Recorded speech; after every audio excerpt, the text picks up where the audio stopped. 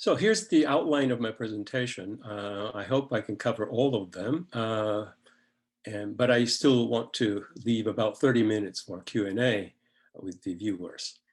First, I'll very briefly discuss the background of the regional context, the Indo-Pacific region, which is in historic transition period.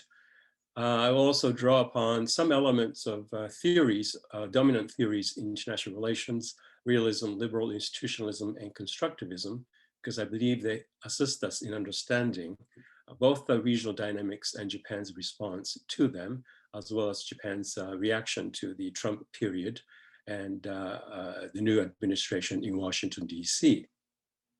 Then I'm going to talk about Japan's response in the trade policy realm, and then Japan's response to US demands for a closer defense cooperation with Japan, and how Abe seemed to have successfully managed Trump, if I may use such terms, and then discuss the most serious, most challenging issues facing Japan in the regional context, namely North Korea, strained relations with South Korea, somehow dealing with the growing Chinese presence and influence in the Indo-Pacific, and the broader need to maintain or preserve the free and open Indo-Pacific Ocean.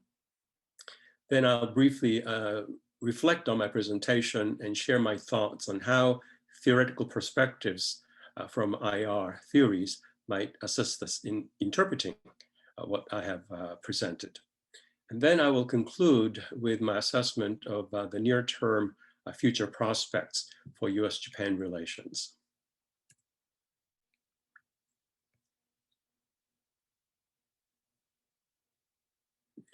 As you know, America's first approach to global affairs that drew global attention to the Trump administration shook US relations with virtually every country on earth, particularly its close allies and friends, including Japan.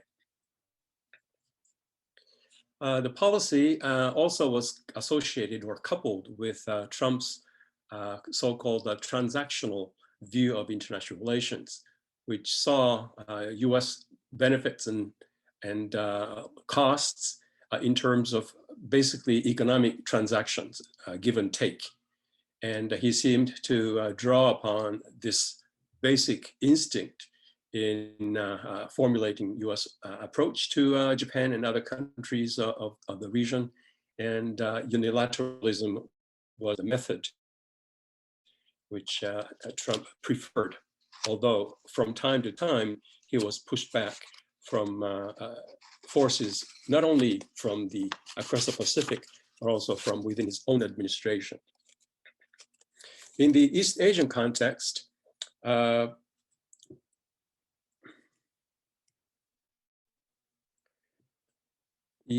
President Trump held 3 summit meetings with the North Korean leader Kim Jong-un, but ultimately produced no fruitful, at least lasting results. The administration unleashed, in addition, a highly orchestrated criticism of China for what it claimed were the latter's China's unfair trading practices, and demanded a sweeping restructuring of bilateral trade. By 2018, the bilateral tariff war had resulted in $550 billion in US tariffs on Chinese products, and reciprocally, $185 billion in Chinese tariffs on US goods, which China initiated retaliation against the US tariff war. Although the two sides managed to reach something called a truce on January 15th, 2020, by signing the Phase 1 deal, by then the bilateral relations had deteriorated so much that it left regional leaders wondering what more challenges might be facing them coming from Washington, D.C. Very quickly, towards Russia, Washington sent conflicting and contradictory signals. The Trump administration seemed to be bent on dismantling the Obama administration's legacy by criticizing Obama's policy. For example, the Trump administration was reluctant to impose the congressionally mandated sanctions against Russia for its annexation of Crimea and military and political intervention in the eastern half of Ukraine. Trump also refused to condemn the Russian meddling in the 2006 US presidential election, despite the US intelligence community's findings that confirmed Moscow's election interference. Instead, what Trump did was to publicly entertain the totally discredited Russian claim that it was Ukraine, not Russia, that meddled in the US presidential election. Now, turning to Japan's response to Trump's trade policy offensive, Japan responded initially with quite a bit of resistance and a reluctance to engage bilaterally with the United States on trade issues. And there are several reasons for its reluctance.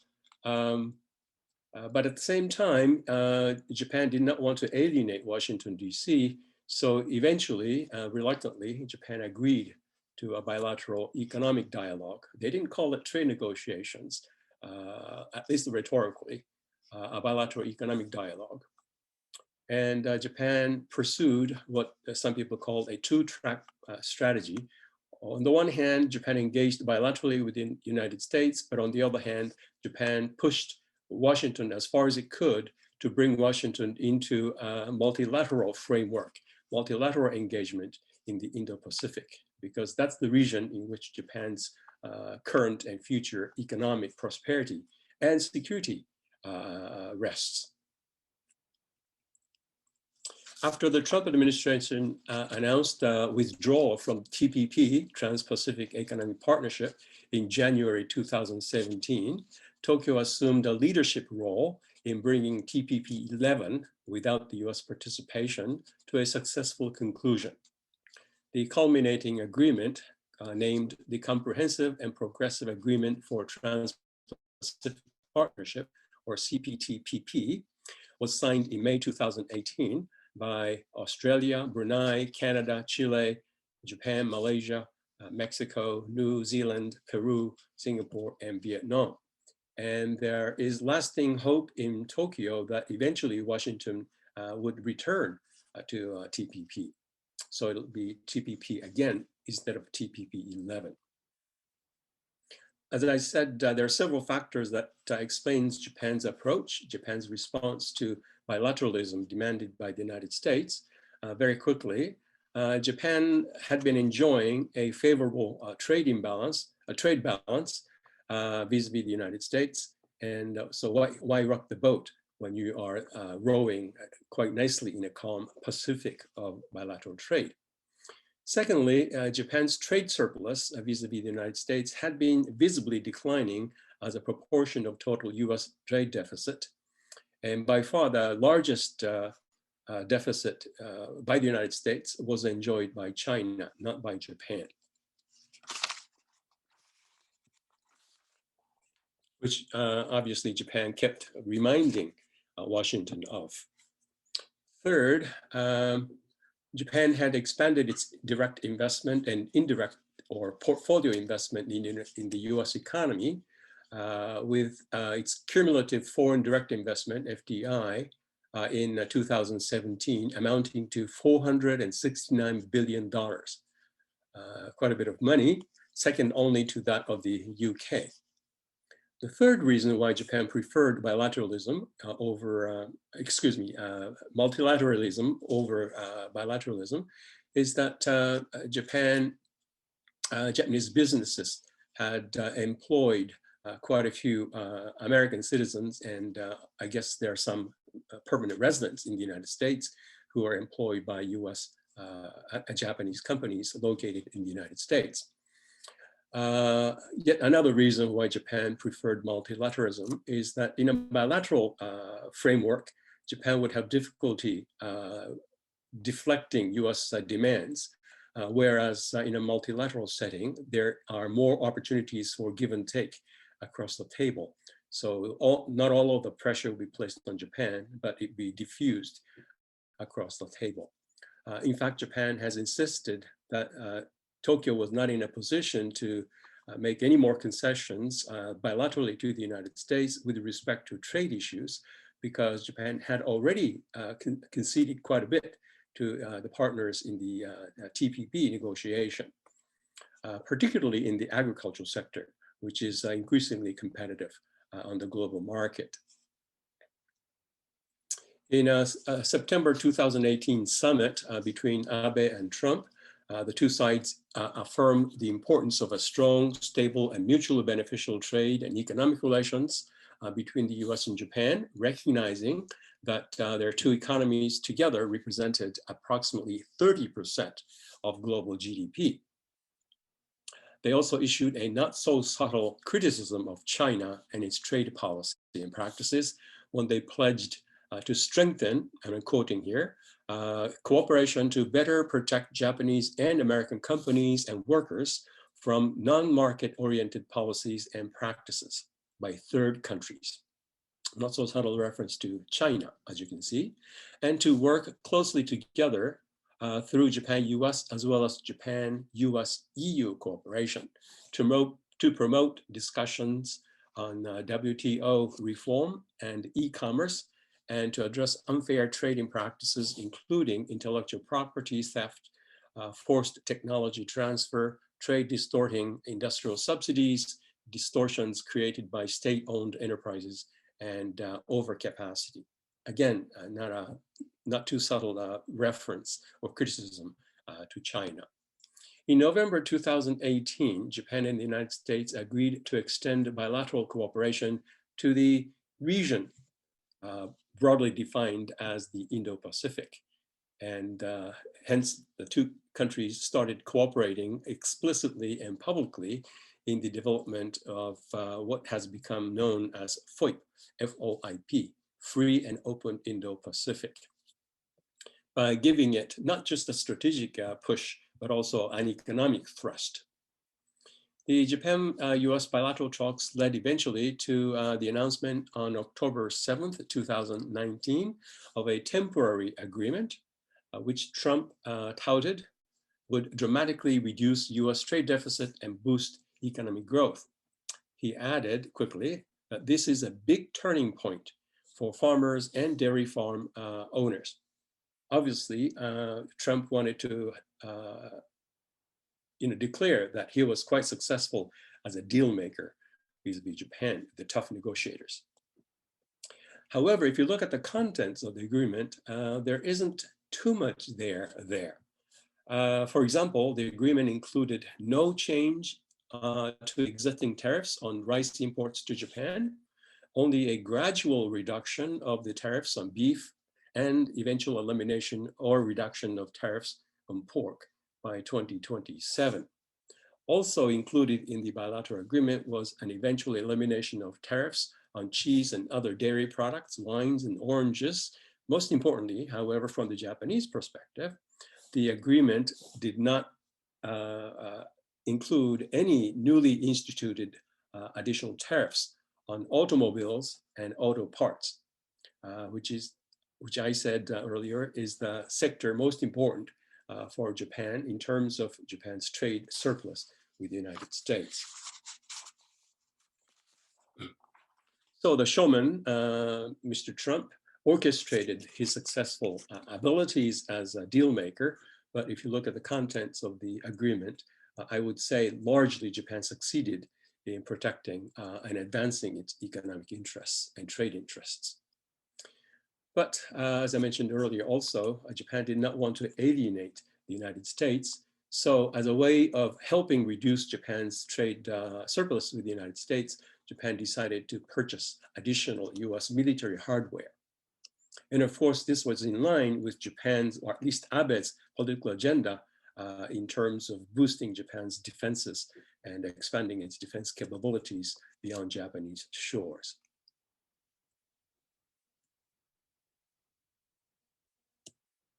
So moving to Japan's response to US demands for greater defense cooperation bilaterally, there is a convergence of interests between Japan and the United States, which are in the background of closer cooperation between Washington and Tokyo that I expect to continue into the future.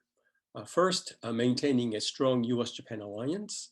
Second, enhancing Japan's defense capabilities and expanding its international security roles now that Japan has reinterpreted Article 9 of the Japanese Constitution so that Japan is capable now of exercising the collective self-defense right that Japan has forbidden itself to exercise in the according to the so-called peace constitution or peace article of the Japanese Constitution, namely Article 9.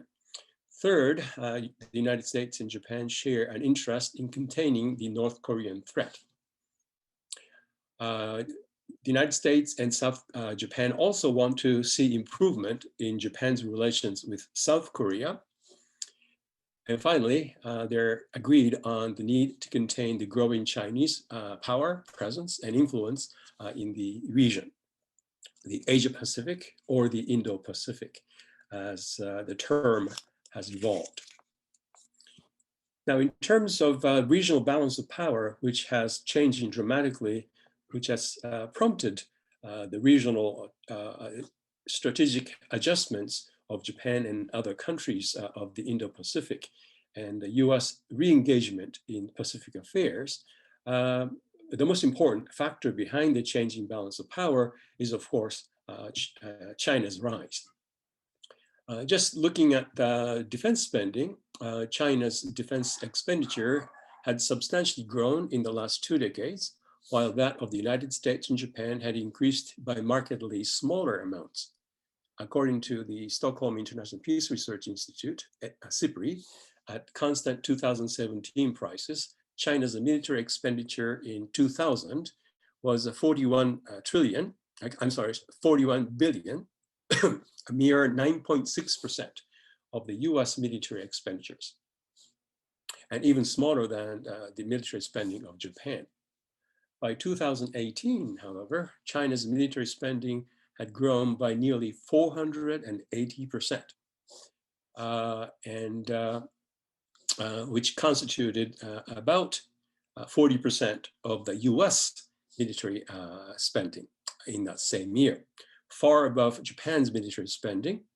And by comparison, Russia's military expenditure also grew during this period rather significantly by more than 160%, again, between 2000 and 2018.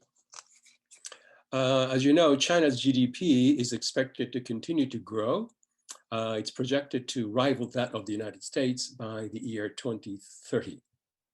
So China has plenty of room for further increasing its defense spending and expanding its military capabilities.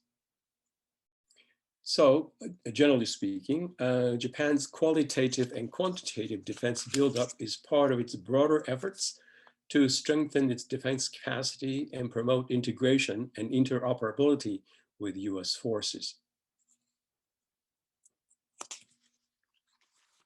Now, how did Japan or Abe manage the showman Trump?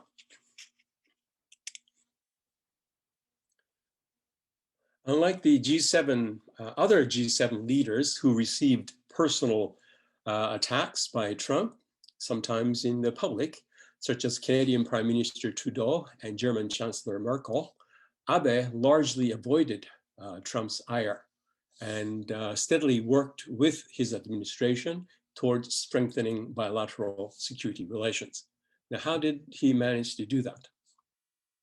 Abe adopted what one scholar calls a strategy of flattery and cajoling in dealing with Trump to establish a personal rapport to secure continued US commitment to Japan's defense.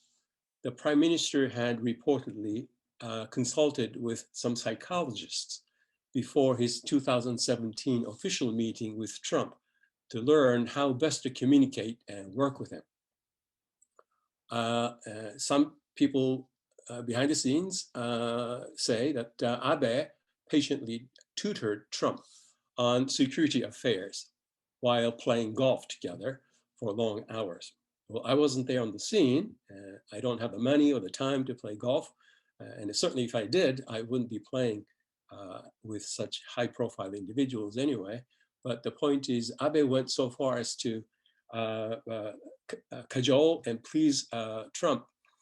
He, as you know, nominated President Trump for a Nobel Peace Prize in 2018 for opening talks with North Korea.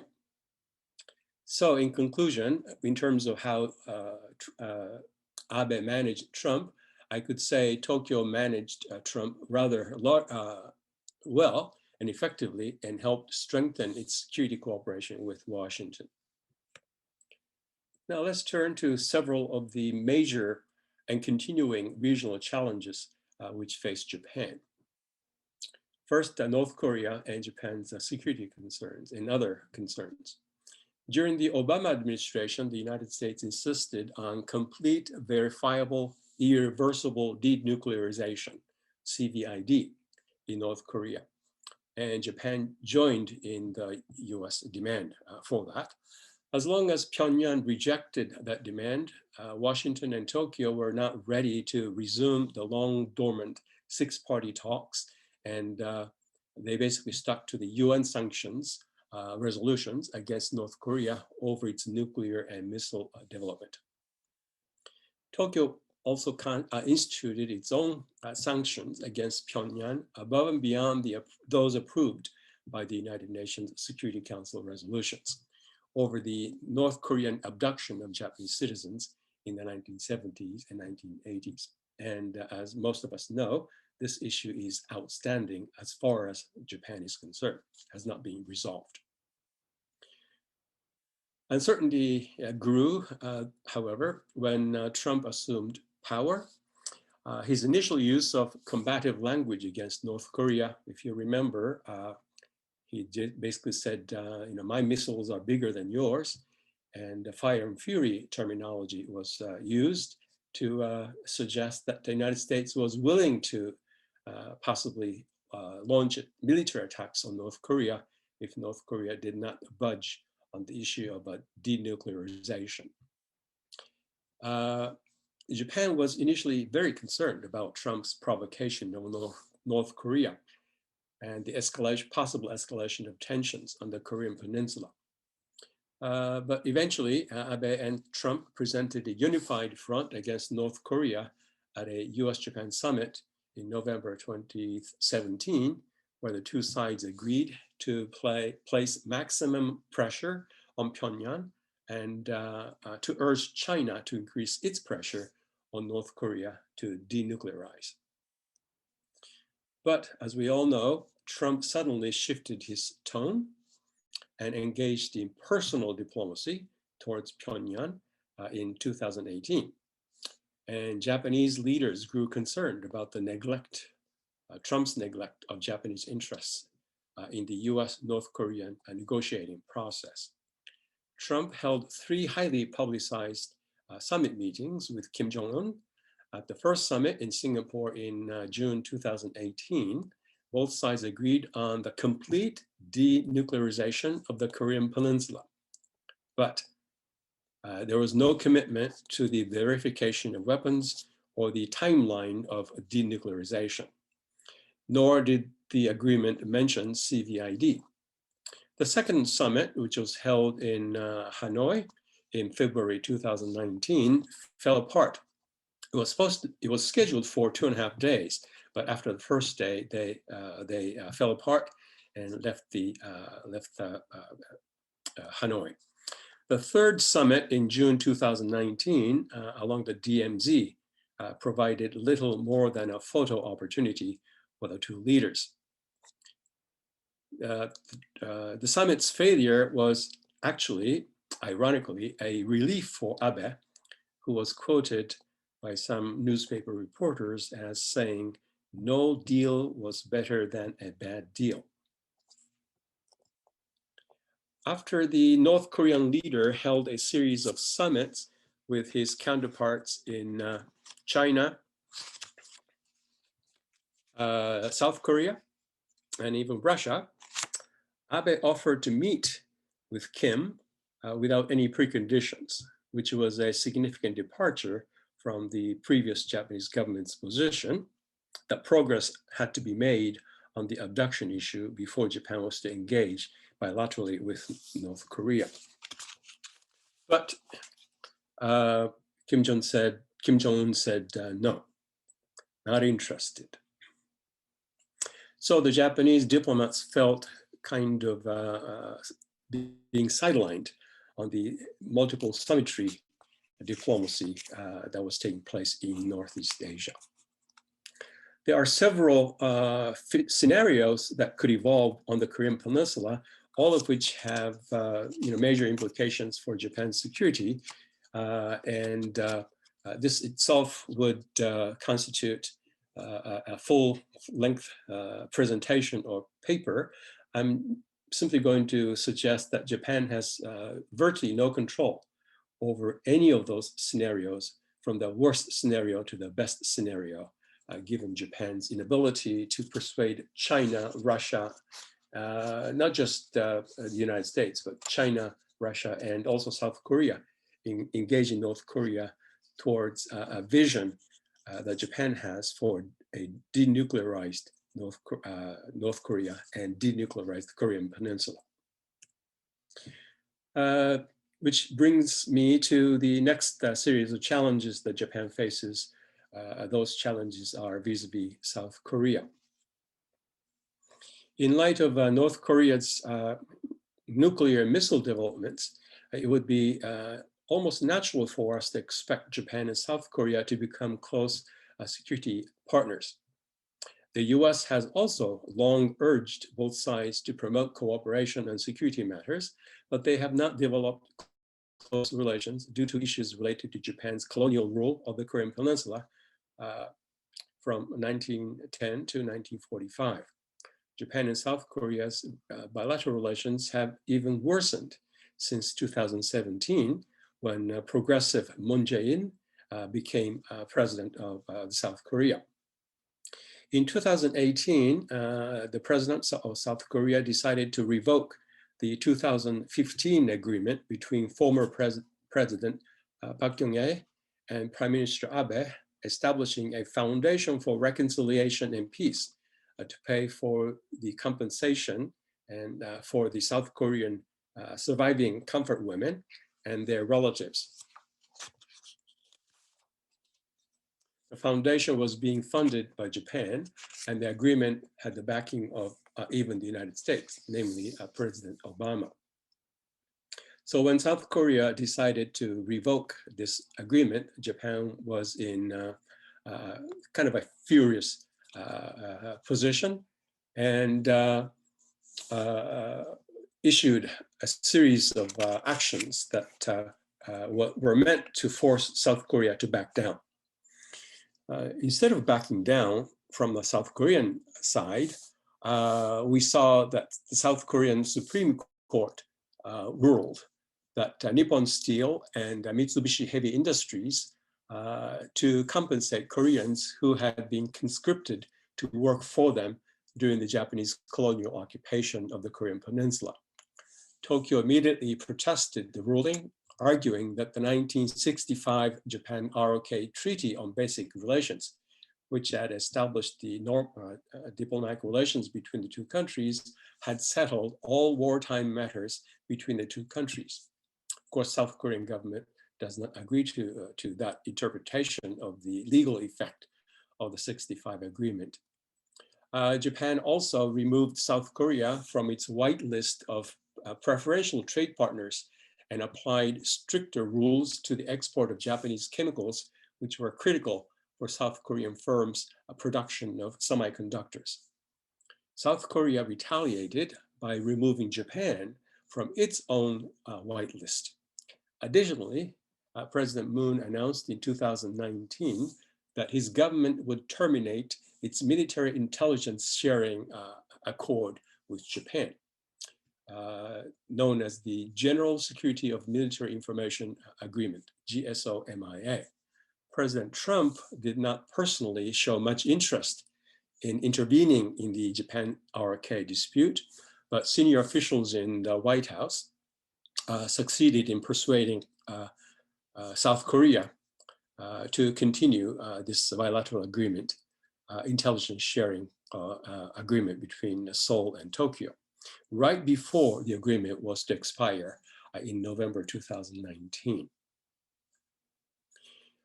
In addition to these bilateral issues, Japan and South Korea also have a couple of other factors that affect their relationship.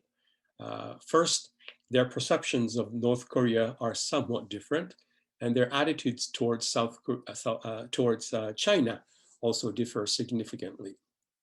Vis-a-vis North Korea,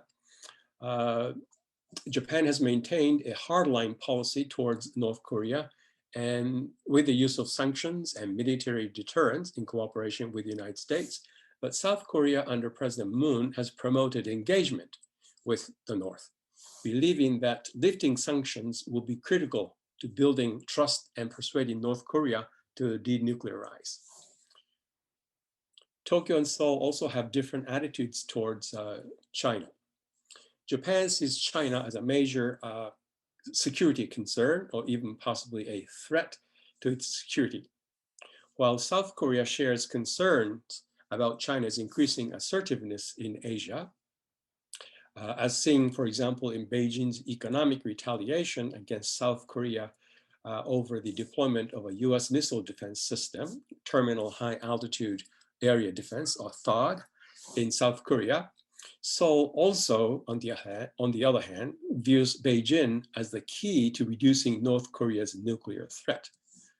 So for this reason, Seoul has tried to mend relations with Beijing. So these diverging perceptions of North Korea and China between Tokyo and Seoul deepen mistrust between these otherwise potential allies. Moving quickly to the need that the United States and Japan share in countering the growing Chinese power, influence, and presence in the Asia-Pacific, and more recently in the Indo-Pacific. Tokyo has succeeded in expanding security partnership, not only with the United States, but also with other states in the Indo-Pacific.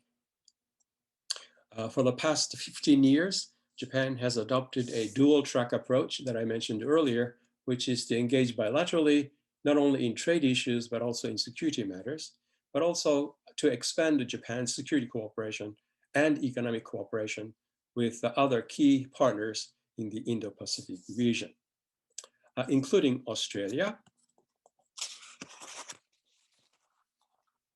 India, and Southeast Asian countries. Not only bilaterally, but also trilaterally and multilaterally, Japan is expanding its security cooperation with these countries. Very quickly, Russia is featured significantly, and I would say increasingly importantly, in Japan's calculations towards China and how to contain growing Chinese influence. Japan's ultimate diplomatic goal vis-a-vis Russia is to conclude a peace treaty and resolve the bilateral sovereignty dispute over the Northern Territories, or Southern Kurils, the 4 islands occupied by the Soviet Union and now Russia since 1945. Japan's interest in establishing positive relations with Russia, primarily through economic engagement, including joint development of some of the disputed island territories, is not limited. Japan's cooperation with Russia is not limited to the territorial issue. Japan is wary of close Sino-Russian relations that could potentially threaten Japan's security.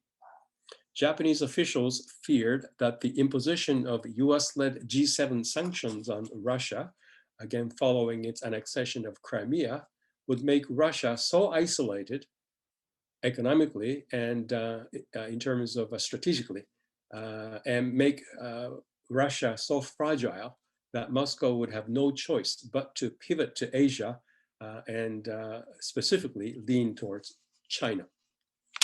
And this has happened already. And depending on the future evolution of Washington-Moscow relationship, the relationship between China and Russia might become further expanded and deepened. Right now, the bilateral relations between Moscow and Beijing is termed a comprehensive strategic partnership, which is an elevation, one level elevation from the previous description for the bilateral relationship, which is called simply strategic partnership. At least several Russian scholars looking at potential China-Russia relationship they're entertaining the possibility.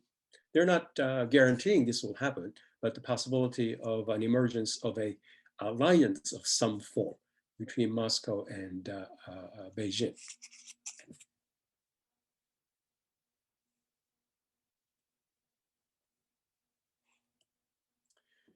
So within the broader regional framework of the Indo-Pacific, Japan's most notable security achievement during the Trump era are the US adoption of the concept of the free and open Indo-Pacific, or FOIP, FOIP, and the revival of the quadrilateral security dialogue, simply termed the Quad, which consists of the United States, Japan, Australia, and India. Abe does deserve some credit for conceptualizing the FOP, because before the United States adopted this idea, it was Abe who initiated and unveiled his idea for FOIP in TICAD conference, Tokyo International Conference on African Development, which was held in Nairobi in 2016. And then in 2017, the Trump administration incorporated the FOIP into its official security policy. And for example, both the US National Security Strategy of 2017 and the US National Defense Strategy of 2018 highlighted the FOIP as the Trump administration's new strategy in the Indo-Pacific region, and explicitly stated that it was a response to China's rise. The Quad was originally established in the summer of 2007 as a consultation forum among Japan, the US, Australia, and India, but it temporarily expanded to military cooperation the same year. But the Quad was discontinued in 2008, largely due to China's strong opposition to its creation, and because of the subsequent unilateral withdrawal by Australia, which was concerned about the possibility of deterioration of their bilateral relations with China, given its very close economic ties with China, which I believe will continue to grow. So they did not want to antagonize Beijing over this issue. Also, Abe's resignation from the premiership in 2007 left the Quad without a strong advocate for its existence. But after Abe returned to power in late 2012, Abe pushed for the revival of the Quad, leading to its resurrection in November 2017. Now, these countries are participating in bilateral and also multilateral military exercises, which are clearly designed to send a signal to China that China would not be allowed to continue to expand its parameters of defense capabilities and territorial claims. So we shall see whether FOIP or the Quad can achieve their not so subtly imbued goal of containing, or at least checking or countering, the growing presence of China. Now, very quickly, let us try to explain Japan's behavior from the three major international relations theories: neo-realist security policy, neoliberal institutionalist engagement, and the Asia Western hybrid identity, which I ascribe to Japan. Japan's security activities are best explained from a defensive realist perspective. Japan has balanced both internally by increasing its defense capabilities, and we call this internal balancing, and externally by strengthening its security alliance with the United States and expanding its security cooperation with Australia and India and Southeast Asian countries in the broader regional framework, all with China in mind. However, Japan's promotion of the liberal international order cannot be explained solely in terms of balance of power realism. Excuse me. Abe's FYP initiative encompasses legal and normative components that emphasize respect for the rule of law, freedom of navigation, and a peaceful resolution of conflicts. While realists would emphasize the instrumental use of these institutional ideas as basically or essentially deterrence against China, liberal institutionalists would argue that these institutions encourage Japan, the US, and other like-minded states to safeguard and access to maritime commons or public good in the region, and also deter China from violating the existing norms or trying to establish a new set of norms in China's favor. Constructivism, as applied in analyzing international relations, emphasizes a state's value identity and has limited explanatory power for Japan's behavior in the Indo-Pacific region when it comes to traditional national and regional security challenges. But if we use the broader definition of constructivism to incorporate the idea that a nation's geographic identity, as in the case of Japan, Japan as an Asian power with substantial material assets and interests in the Asia-Pacific or Indo-Pacific region, then the Abe government's active diplomacy towards India, Australia, and the US for the maintenance of the rules-based regional order in this particular region of the world makes sense from a constructivist perspective. So even though constructivists and neoliberal institutionalists are of secondary importance to a neorealist security perspective, they nonetheless play, I think, significant roles in helping us understand Japan's behavior these days.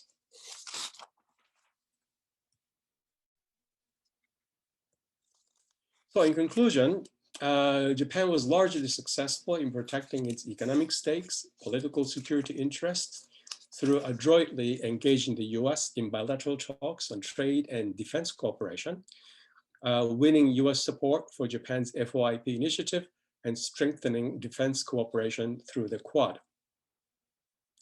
The US policies have not fundamentally altered Japan's neorealist security policy, neoliberal institutional engagement in economic matters, or Japan's hybrid Asian Western identity. Now that Mr. Suga has replaced Abe as Prime Minister of Japan and Joe Biden has become US President, what are the near-term prospects for stable and mutually beneficial relations across the Pacific? In his March-April 2020 Foreign Affairs article, Biden mentioned Japan only once, in reference to America's need to fortify collective capabilities outside North America and Europe through reinvestment in US allies and deepening ties with US partners in the Indo-Pacific. In contrast, in his article, Mr. Biden mentioned China 13 times, casting Beijing as an economic competitor, promising to get tough with Beijing on trade issues, confronting China on human rights. Yet, at that time anyway, holding out some hope for cooperation with Beijing, where the interests of the two countries coincided, such as in non-proliferation, climate change, and global health and security. Further, in a speech that Mr. Biden gave after he became president at the State Department on February 4th, Mr. Biden referred to China as our most serious competitor. Clearly, China presents Biden with more consequential challenges than does Japan. Another country that will demand attention from Biden's foreign policy and national security teams is Russia, which Biden mentioned 6 times in his Foreign Affairs article in the context of America's need to cooperate with its NATO allies to counter Russian aggression, extend the New START treaty for nuclear arms reduction, pursue non-proliferation in Iran and North Korea, and regain leadership in global rulemaking regarding digital technology. In the February 4th statement that he gave at the State Department, Biden declared, America's leadership must meet this new moment of advancing authoritarianism, including the growing ambition of China to rival the United States and the determination of Russia to damage and disrupt our democracy.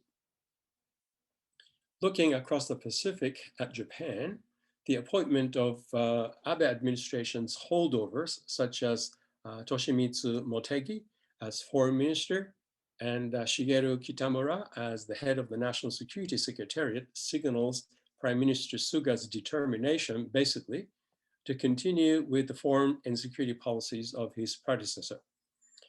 In his first policy speech, in fact, after taking office, Mr. Suga, before the parliament, called the Japan-US alliance the linchpin of Japan's foreign policy and security policy. And that forms the foundation for peace, prosperity, and freedom of the Indo-Pacific region and the international community. So it's very clear that over the last decade or so, Japan has come to define US-Japan security alliance, not only in terms of its direct benefit to the two countries, but also to the region more broadly. So you cannot isolate US-Japan relationship from the broader regional framework or vice versa. In conclusion, I would say Japan is a nation with a hybrid civilizational identity, at least geographically speaking, because it is located in a region.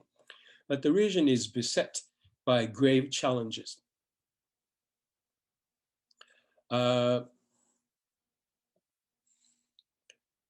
However successful Japan is balancing its political, economic, security needs and imperatives will depend heavily on what develops inside Japan and inside the United States. Issues that I did not have time to address in today's presentation.